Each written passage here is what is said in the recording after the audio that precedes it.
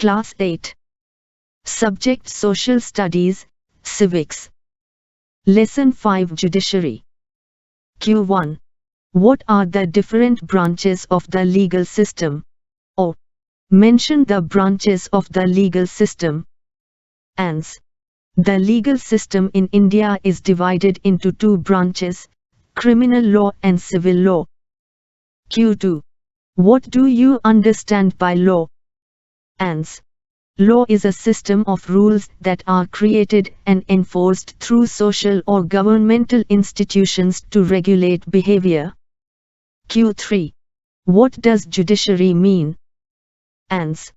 The judiciary is the branch of authority in a country which is concerned with law and the legal system. Q4. What is the appellate system? Or, write 2 sentences of what you understand about the appellate system. Ans. This means that a person can appeal to a higher court if they believe that the judgment passed by the lower court is not just. Q5. How is the work of the judiciary categorized? Ans.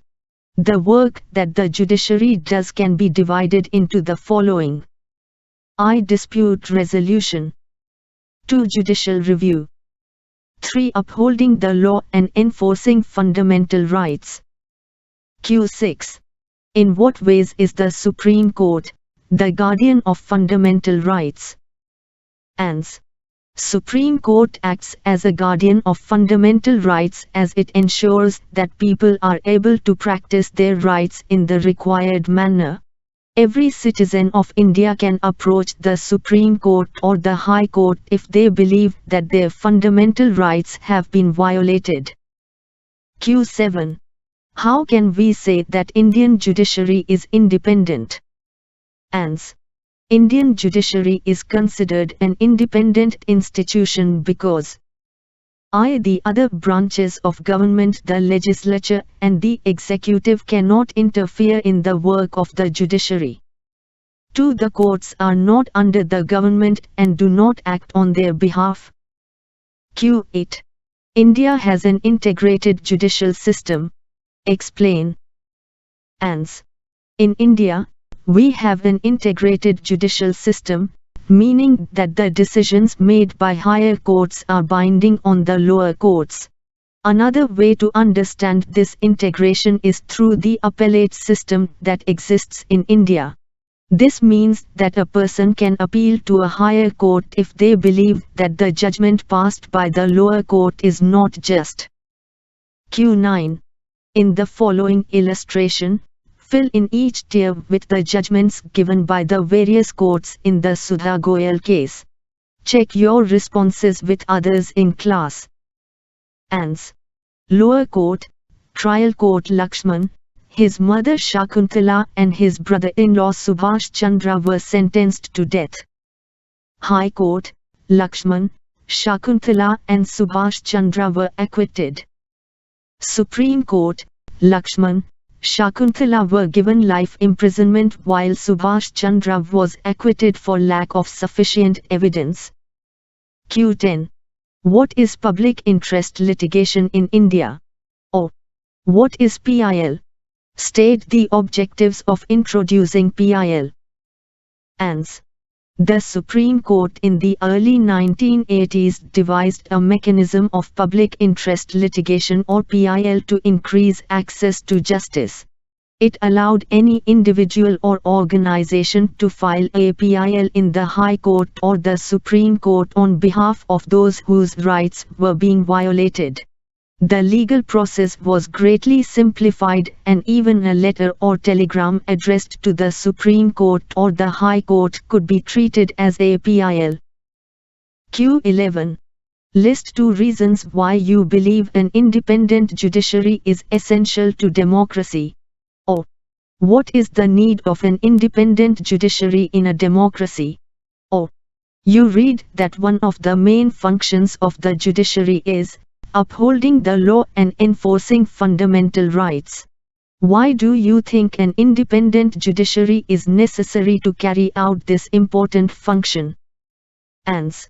Independent judiciary is essential to democracy because it allows the courts to work independently, without being under the influence of the rich and powerful people or other branches of the state like the legislature and the executive. 2. The court can play a crucial role in protecting the fundamental rights of the citizens as well as enforce the rule of law. Q12. Write a brief note on the independence of the judiciary. Ans. One aspect of this independence is the separation of powers. This means here is that other branches of government, the legislature and the executive, cannot interfere in the work of the judiciary. The courts are not under the government and do not act on their behalf. All judges in the High Court as well as the Supreme Court are appointed with very little interference from these other branches of government. Once appointed to this office, it is also very difficult to remove a judge. Q13. What is the structure of the judicial system of India? Or, what is the structure of courts in India? Or, explain the judiciary system existing in India. Ans. There are 3 different levels of courts in our country. There are several courts at the lower level while there is only one at the apex level. The courts that most people interact with are what are called subordinate or district courts. These are usually at the district or tahsil level or in towns, and they hear many kinds of cases. Each state is divided into districts that are presided over by a district judge. Each state has a high court which is the highest court of that state. At the top is the Supreme Court that is located in New Delhi and is presided over by the Chief Justice of India. The decisions made by the Supreme Court are binding on all other courts in India. Q14. What is the role of the judiciary? Ans. Broadly speaking, the work that the judiciary does can be divided into the following. Dispute resolution. The judicial system provides a mechanism for resolving disputes between citizens and the government, between 2 state governments and between the center and state governments. Judicial review.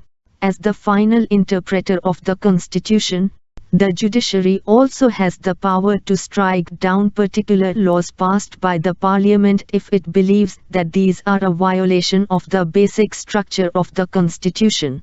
This is called judicial review.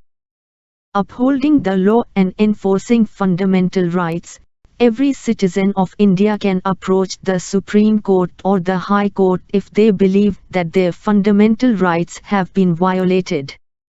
Q15. Differentiate between criminal law and civil law. Ans. Difference between criminal law and civil law. Criminal law. Civil law. One deals with conduct or acts that the law defines as offenses. For example, theft, harassing a woman to bring more dowry, murder. One deals with any harm or injury to rights of individuals. For example, disputes relating to sale of land, purchase of goods, rent matters, divorce cases. 2. It usually begins with the lodging of a first information report, FIR, with the police who investigate the crime, after which a case is filed in the court. 2. A petition has to be filed before the relevant court by the affected party only. In a rent matter, either the landlord or tenant can file a case. 3. If found guilty, the accused can be sent to jail and also fined. 3. The court gives the specific relief asked for. For instance, in a case between a landlord and a tenant, the court can order the flat to be vacated and pending rent to be paid. Q16. Reread excerpts from the judgment on the Olga Tellis vs. Bombay Municipal Corporation case. Now write in your own words what the judges meant when they said that the right to livelihood was part of the right to life. Ans. In Olga Tellis vs. Bombay Municipal Corporation case, the judges said that the right to livelihood was part of the right to life. They stated that life does not merely imply an animal existence, it cannot be lived without a means of living, that is, the means of livelihood. The judges conferred that eviction from a pavement or slum is deprivation of means of livelihood for the poor who cannot afford to live anywhere else. They take up small jobs in surrounding areas, and to lose their pavement or slum would lead to loss of a job, resulting in loss of a means of livelihood.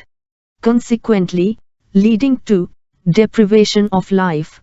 This is how the judges connected right to livelihood to the right to life.